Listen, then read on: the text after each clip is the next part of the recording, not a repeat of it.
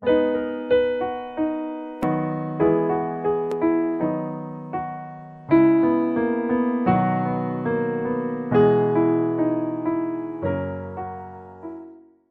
quiero, mis hermanos, que nos enfoquemos en un versículo, el versículo 26 de ese texto que leímos. Yo bautizo en agua, pero entre vosotros está uno a quien no conocéis.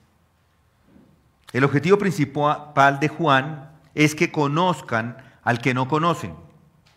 Ya en el prólogo, los versículos del 1 al 18 de ese mismo capítulo, él anticipa esta enseñanza.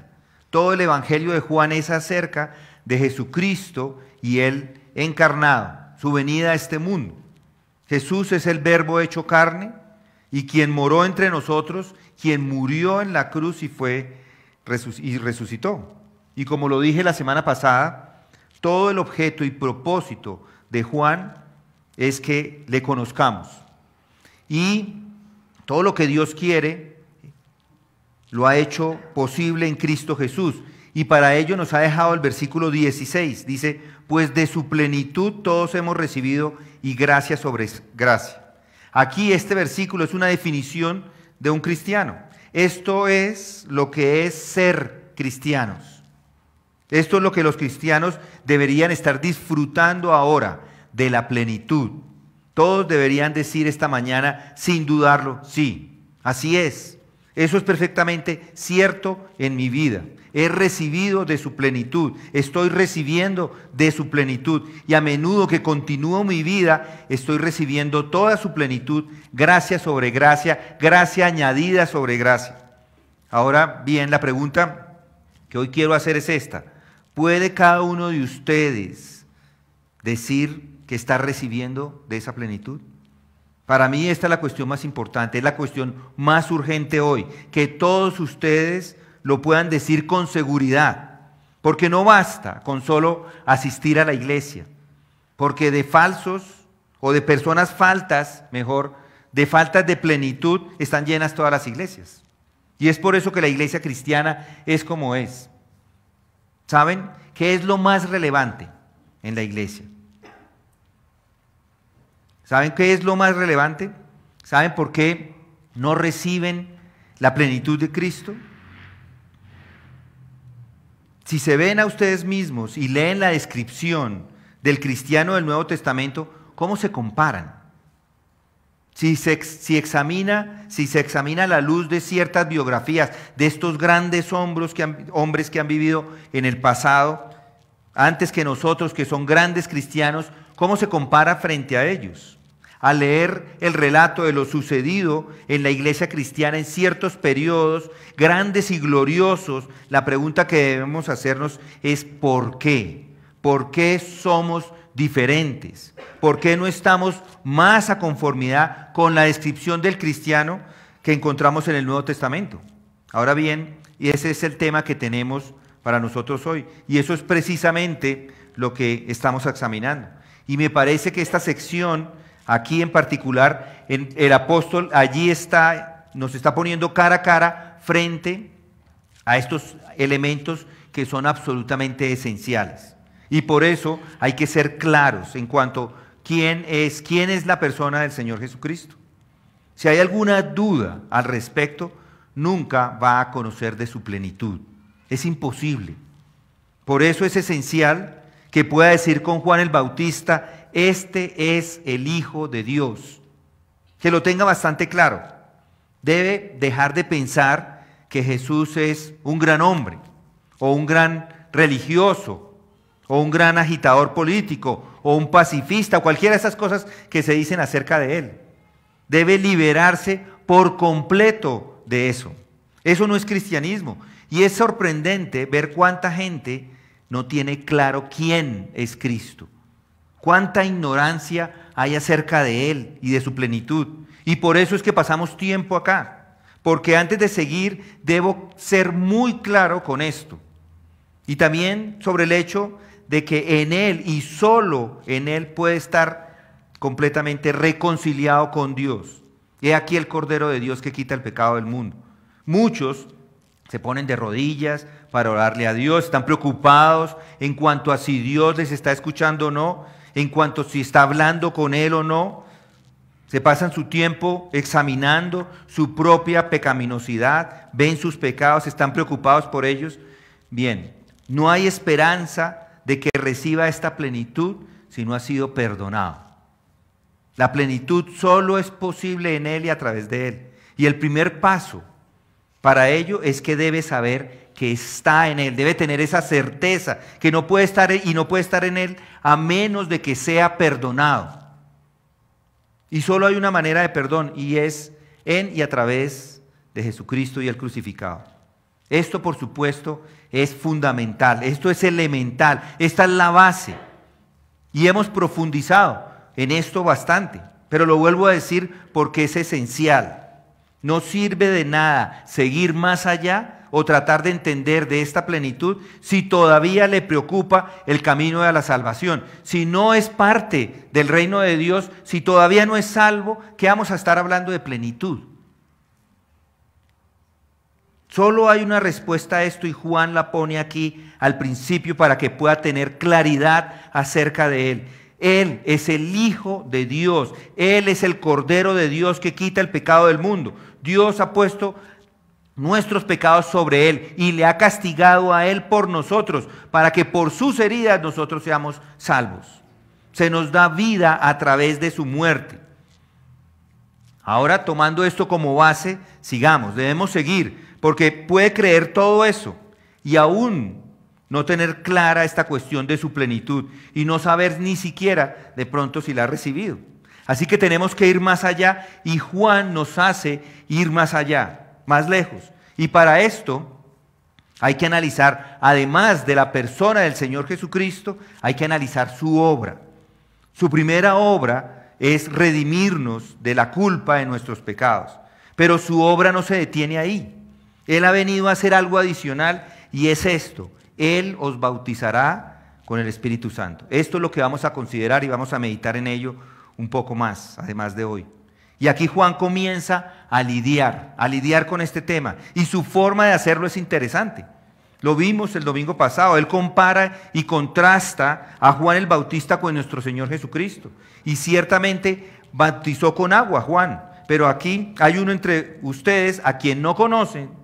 Y yo, Juan, no le conocía, pero el que me envió a bautizar en agua me dijo, aquí, aquel sobre quien veas el Espíritu descender y posarse sobre él, este es el que bautiza en el Espíritu Santo. Versículo 33 del mismo capítulo. Así que Juan nos pone esta enseñanza en esta forma sorprendente de comparación. Juan dice, yo no soy el Cristo. Él dice, yo soy simplemente el que prepara el camino para él. Y Juan dice que lo que tiene que dar no está ni cerca a esta gran cosa que Dios está ofreciendo a su pueblo en Cristo. Juan y su bautismo eran solo preparatorios, eran solo una introducción. Todavía no está en el edificio, solo está en la puerta listo para entrar. Esta es la primera forma en la que Juan lo expresa. Él le presenta a quien no conocen y que está entre ustedes. Él será la fuente de la bendición, no es Juan el Bautista. Y como lo pone en el tercer capítulo, dice que él no es más que el amigo del novio. Él no es el novio. Tiene sí el gran privilegio de ser el amigo del novio, pero no más. Y la diferencia entre Juan y nuestro Señor y sus respectivas enseñanzas es la diferencia entre el novio y la novia y el mero amigo del novio. Y luego lo expresa de esta manera sorprendente al decir que su bautismo es un bautismo de agua solamente, pero el bautismo del Señor es el bautismo del Espíritu Santo y fuego. Ahora bien, aquí está la esencia de la distinción de Juan, no solo entre él y el Señor Jesucristo, sino también en particular en lo que dan, específicamente lo que da el Señor. Yo bautizo con agua, pero viene aquel que es más poderoso que yo, a quien no soy digno de desatar la correa de sus sandalias. Él os bautizará con el Espíritu Santo y fuego. Pero recuerden lo que nuestro Señor mismo dijo acerca de Juan el Bautista. En Mateo 11:11 dice, en verdad os digo que entre los nacidos de mujer no se ha levantado nadie mayor que Juan el Bautista. Sin embargo, el más pequeño en el reino de los cielos es mayor que él. Nuestro Señor está respaldando lo que Juan el apóstol está diciendo acerca de Juan el Bautista, que es poderoso, pero no es más poderoso que Jesús. Y ha dicho, y ha hecho, o está diciendo que no hay ningún hombre más grande sobre la tierra que Juan el Bautista. Sin embargo, en el más pequeño, en el reino de los cielos, es mayor que él. Aquí encontramos otra vez un contraste. Juan es importante, pero no es más importante que Jesús. Y la bendición que viene a través de Juan es importante, pero no es más importante que la que viene con Jesús. Y para mostrarles cómo esto es realmente un tema central de las Escrituras, en Gálatas 4, allí el apóstol Pablo vuelve y habla de esta contradicción. Dice, digo pues, mientras el heredero es menor de edad, en nada es diferente del siervo, aunque sea el dueño de todo, sino que está bajo guardianes y tutores hasta la edad señalada por el Padre. Así también nosotros, mientras éramos niños, estábamos sujetos a servidumbres bajo las cosas elementales del mundo. Pero cuando vino la plenitud del tiempo, Dios envió a su Hijo nacido de mujer, nacido bajo la ley, a fin de que redimiera a los que estaban bajo la ley, para que recibiésemos la adopción de hijos. Y porque sois hijos, Dios ha enviado el Espíritu de su Hijo a nuestros corazones, clamando, Abba, Padre. Por tanto, ya no eres siervo, sino hijo, y si hijo, también heredero por medio de Dios. Aquí vemos el mismo contraste. El punto es que se debe empezar a dar cuenta de que esta plenitud es algo que se le da, es algo que debe recibir, es algo completamente diferente a lo que ofrece Juan el Bautista y su mensaje.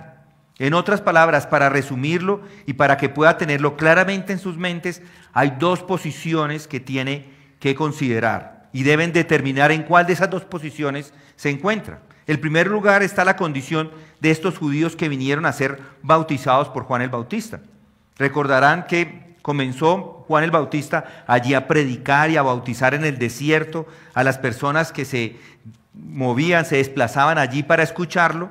Era una gran sensación y las personas que salieron eran los maestros, los escribas, los saduceos, los doctores de la ley y gente así. Y esta gran multitud salía para ser bautizada por él.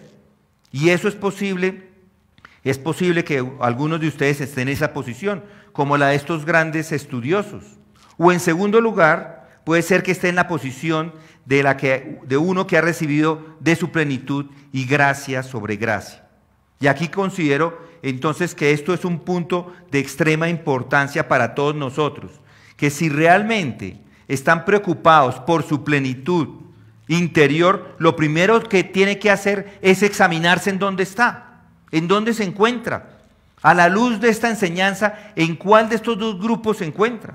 Y Juan lo pone ante nosotros muy claro en su predicación. Juan dice, yo soy la introducción solamente, pero conozcan a Jesús. Yo soy el que prepara el camino, dice. No piense que usted ya llegó porque me escuchó o porque se bautizó en este bautismo de agua. Ahora bien, yo estoy sugiriendo ahora que muchos piensan que llegaron, cuando en realidad se han quedado en la introducción, solo en el bautismo de Juan y la enseñanza de Juan. Probablemente algunos inclusive están mucho más atrás que los judíos y tienen que darse cuenta de la diferencia, y una diferencia esencial que hay allí. Antes de que pueda recibir de su plenitud y gracia sobre gracia, ¿qué dice Juan? Juan simplemente los prepara para Cristo y su plenitud. Él ha venido a dar con este bautismo de agua simplemente una introducción, porque el que viene a bautizarles con el Espíritu Santo es Jesucristo. Y eso es lo que es esencial para nosotros en ese camino. ¿Qué debe tener claro? Lo primero es esto, que la religión no es suficiente, que una religión tradicional no es suficiente. Y a muchos eso es lo que les preocupa. Pero no es simplemente una religión tradicional. No sea como ellos que dicen, tenemos a Abraham por padre, porque os digo que Dios puede levantar hijos a Abraham de estas piedras. Esta es una declaración importante y significativa, y es la condición de un gran número de personas en la actualidad, y por eso la iglesia es como es. ¿Y saben por qué el mundo ignora el mensaje cristiano? ¿Por qué la diferencia entre la iglesia primitiva y la iglesia de hoy? ¿Saben por qué la iglesia primitiva puso al mundo patas arriba. Y recuerden que ellos no tenían la maquinaria y la publicidad y el dinero y la riqueza de muchas iglesias hoy día. ¿Saben por qué? ¿Saben cuál es la diferencia?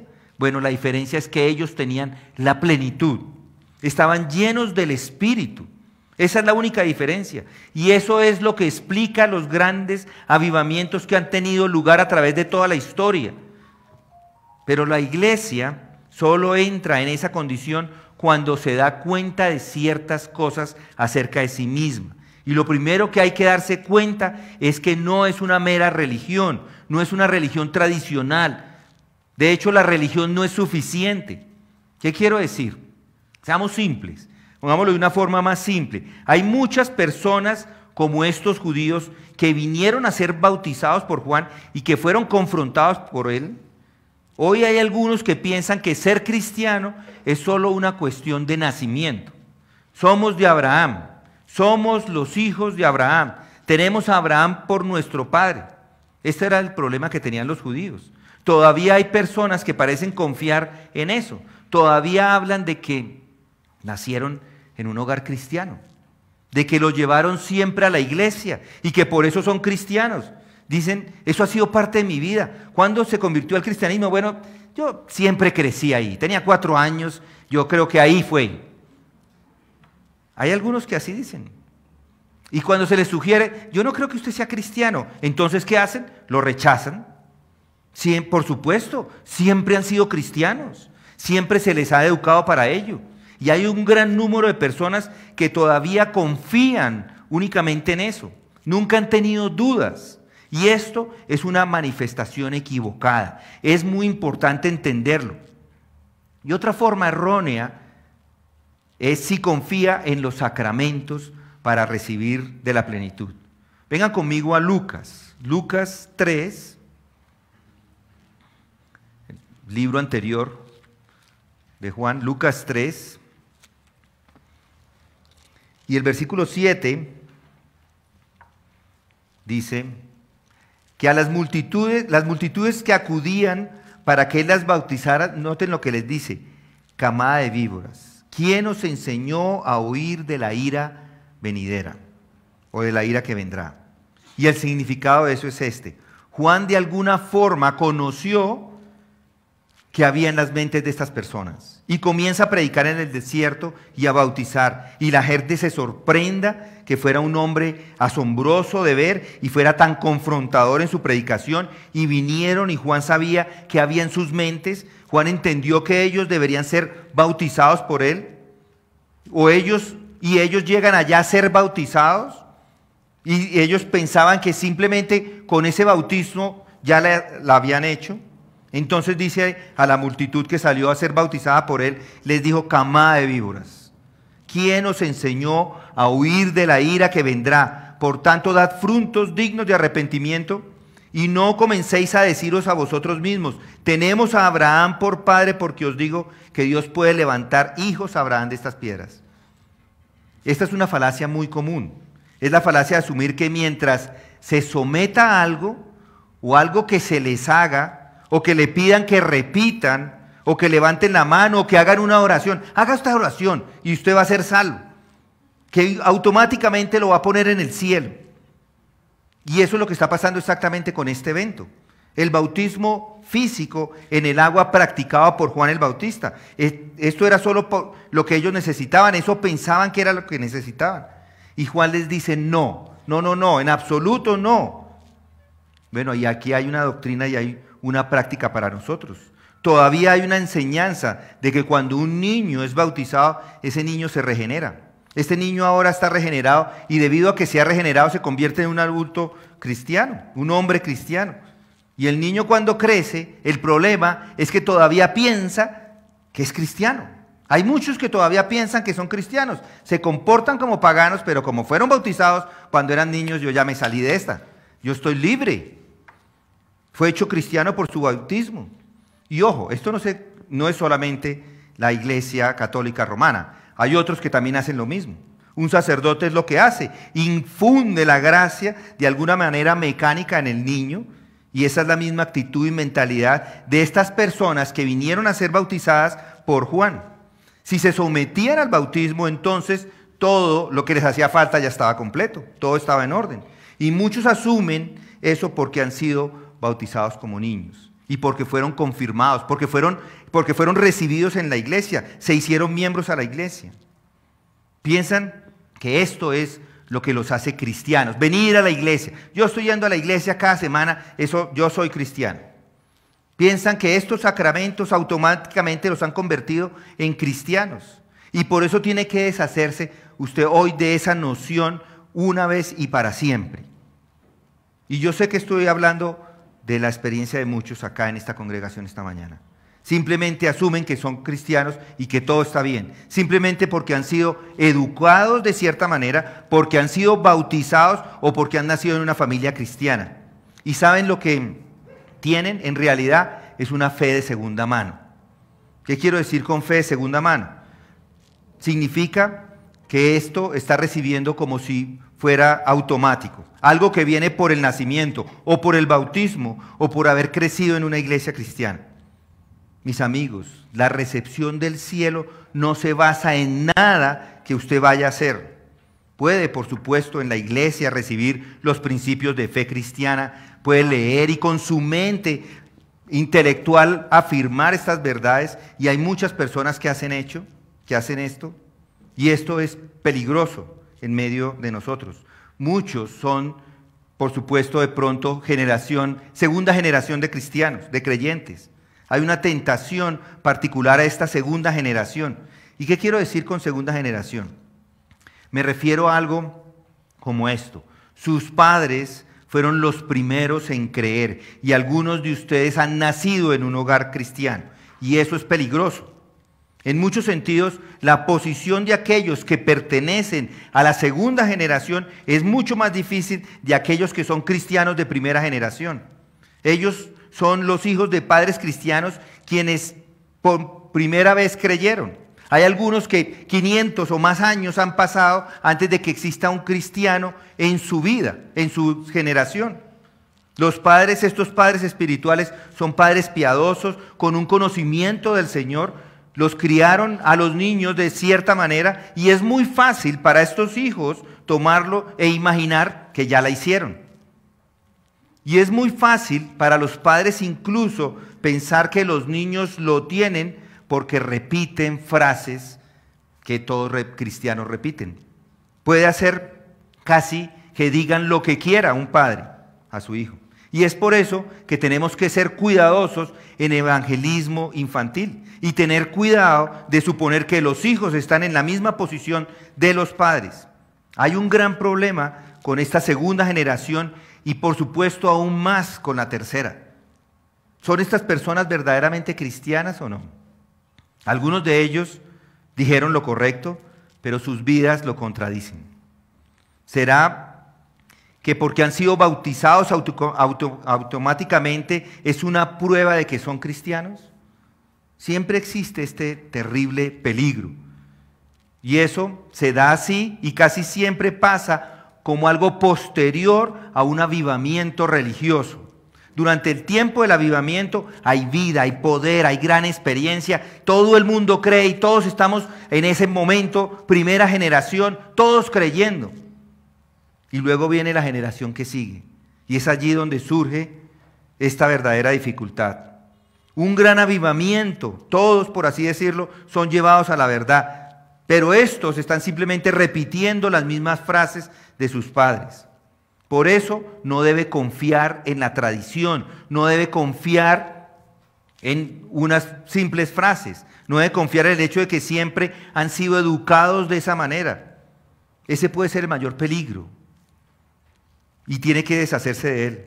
Así que ahora llego a mi segundo punto. Primero es todo este tema de tradición. Tiene que entender si está en eso simplemente por tradición, si está en el cristianismo por tradición. Pero ahora mi segundo punto. Y es que Juan lo pone de esta manera en un lenguaje muy gráfico y muy llamativo en el versículo 9. Dice, y también el hacha ya está puesta a la raíz de los árboles. Esto está en Lucas. Y también el hacha ya está puesta a la raíz de los árboles, por tanto, todo árbol que no da buen fruto es cortado y echado al fuego. Mire, aquí está, dice Juan, Usted me dice que tiene a Abraham como padre. Os digo que Dios es capaz de levantar de estas piedras hijos para Abraham. El hacha está puesta a la raíz de los árboles. ¿Y qué quiere decir con eso? Bueno, no sirve de nada confiar o descansar en la tradición, dice Juan. No. Tiene que empezar a pensar de una manera nueva. Y todo sale a relucir en la predicación de Juan. Lo primero de su predicación es esto. Es una predicación muy confrontativa, inquisitiva. Juan los confronta de inmediato, los mira, los ve venir y acercándose a ellos, y sabía que había en ellos. Juan, mirando a esta multitud que había salido a ser bautizada por él, les dijo: generación de víboras. ¿Quién les advirtió que huyeran de la ira venidera? Y ellos habían sido desafiados en sus vidas, o nunca habían sido desafiados. Eran los grandes doctores.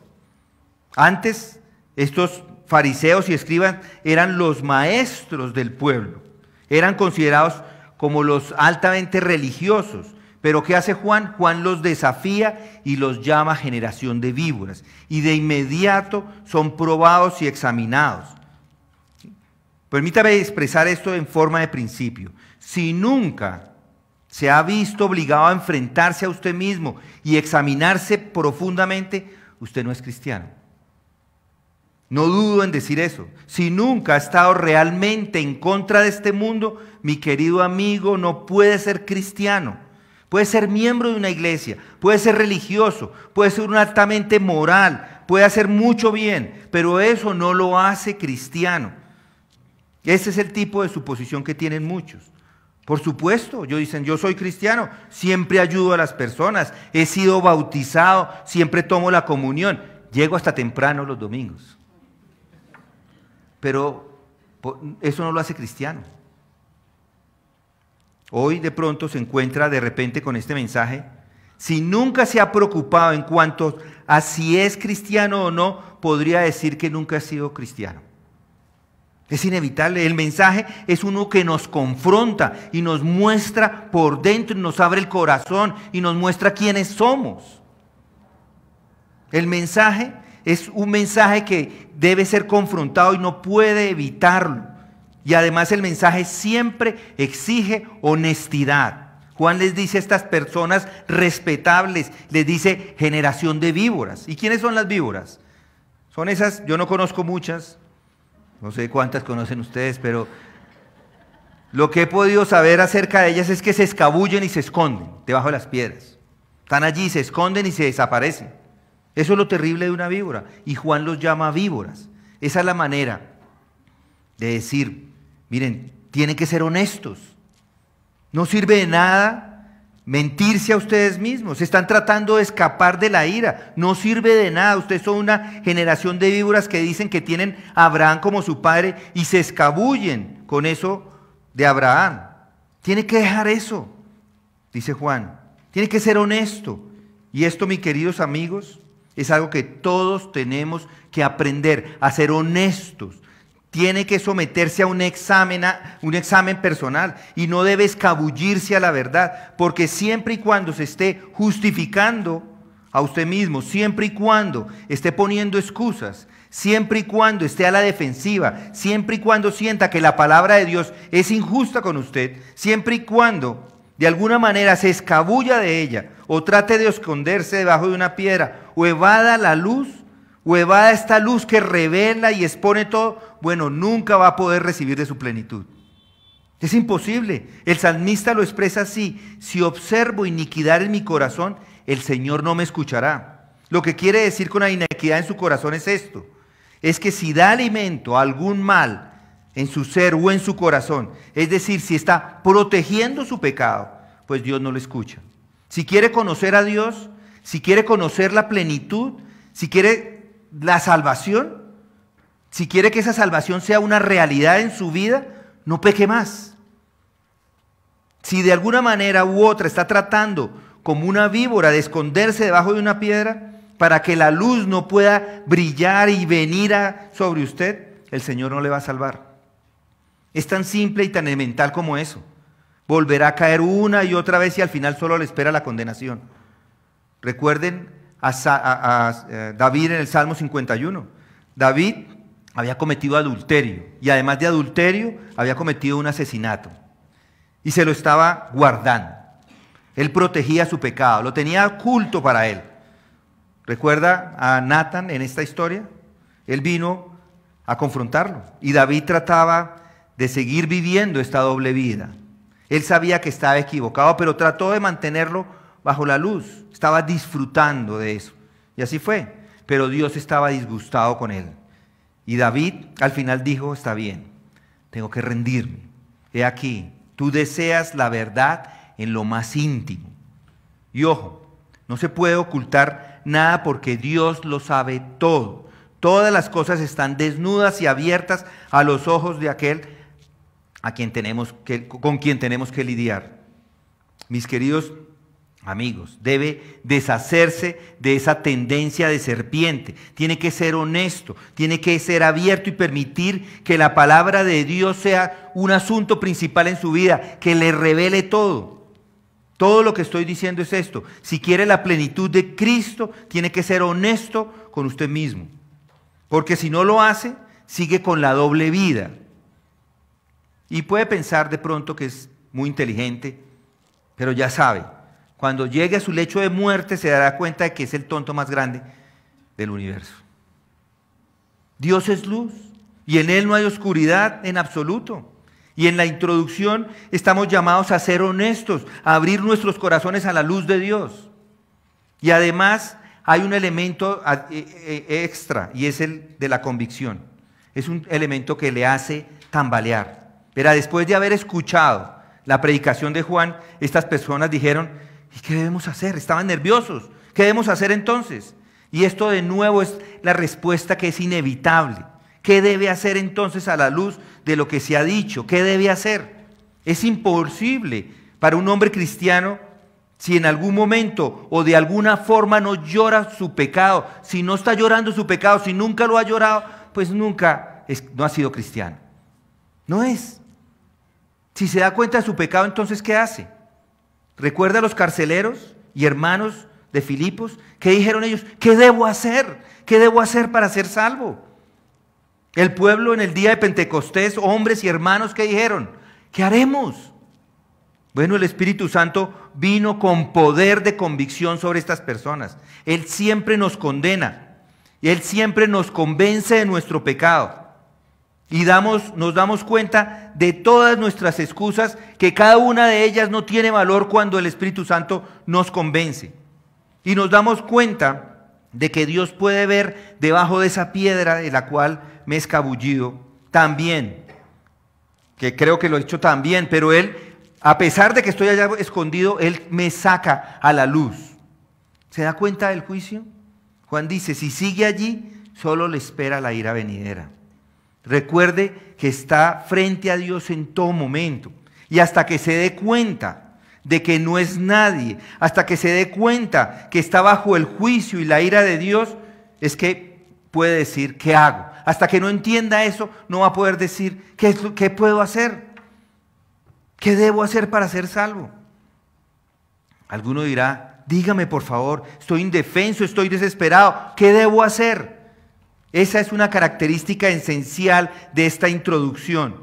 Y esto me lleva a esto. Y esto me exige siempre una acción. Él les está diciendo, camada de víboras, ¿quién os enseñó a huir de la ira que vendrá? Por tanto, dad frutos dignos de arrepentimiento. Dad frutos dignos de arrepentimiento. No comience a decir que tiene a Abraham por padre. En otras palabras, Él llama al arrepentimiento y el arrepentimiento siempre incluye frutos, frutos dignos de arrepentimiento. Eso solo significa esto. No basta con sentirse convencido en una reunión como esta de su pecado y decir, sí, yo creo, por supuesto, siempre he creído. Y luego va a su casa y se olvida de todo. Eso no sirve de nada, porque no se ha arrepentido. Nunca será salvo por un sentimiento, por buenos sentimientos o sentimientos temporales. O puede decir, bueno, eso es absolutamente correcto, por supuesto, y realmente debo hacer esto o debo hacer aquello. Pero entonces, si nunca hace nada, no tiene ningún valor en absoluto. Muchos probablemente se encuentran acá, ya saben qué es lo que es correcto y de alguna manera parece que, o piensan que van a cumplir con lo que se debe hacer. La gente parece pensar que mientras puedan sentir un poco de emoción en una reunión ya la hicieron. Yo ya la hice. Hoy me sentí perfecto en la iglesia, yo ya me siento, estoy en el grupo, que eso los salva y eso los corrige. Pero no es así, mi querido amigo. Tiene que actuar sobre estas cosas. Si está convencido de la verdad, tiene que tomar medidas al respecto. Tiene que proceder ahora. Esto es algo que se enfatiza por todas partes en las Escrituras. Lo que dice Santiago en sus palabras no es más palabras más claras que esta. Dice, ser hacedores de la palabra, no solamente oidores que se engañan a sí mismos. Porque si alguno es oidor de la palabra y no hacedor, es semejante a un hombre que se mira su rostro natural en un espejo. Pues después de mirarse a sí mismo e irse, inmediatamente se olvida de qué clase de persona es. Pero el que mira atentamente a la ley perfecta, a la ley de la libertad, y permanece en ella, no habiéndose vuelto un oidor olvidadizo, sino un hacedor eficaz, éste será bienaventurado en lo que hace. El peligro es tener ese vistazo fugaz en el espejo y luego olvidarse de todo. No, dice Juan, tiene que seguir mirándose al espejo y mirándose y mirándose y mirándose hasta que esté completamente deprimido, hasta que esté sufriendo, hasta que esté llorando y diga, perdón, soy un pecador que necesito arrepentirme. Entonces está listo para recibir de la plenitud.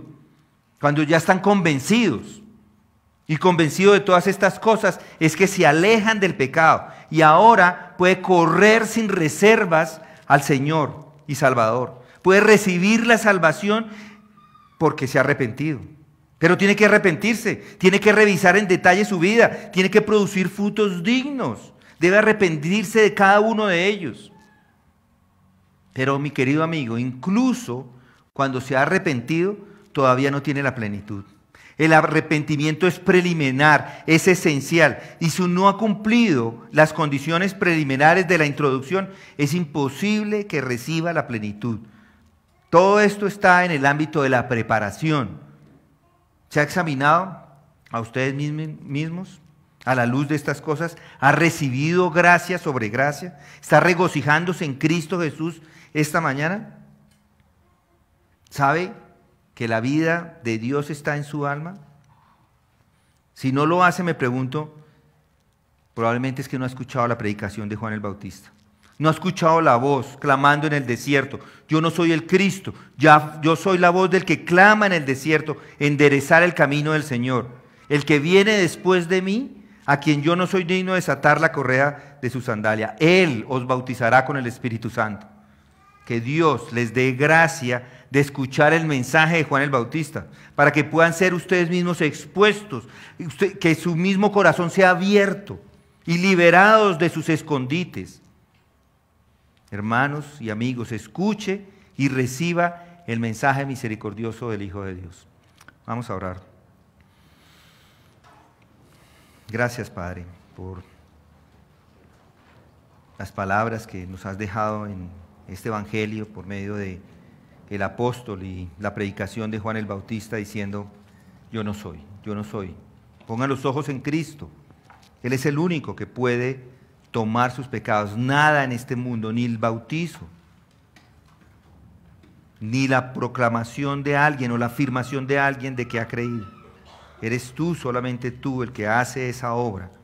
Nada podemos hacer nosotros. Él mismo nos lo ha dejado muy claro en su palabra. No es por obras, no es por palabras, sino la salvación viene de ti, Señor. Gracias te damos por eso.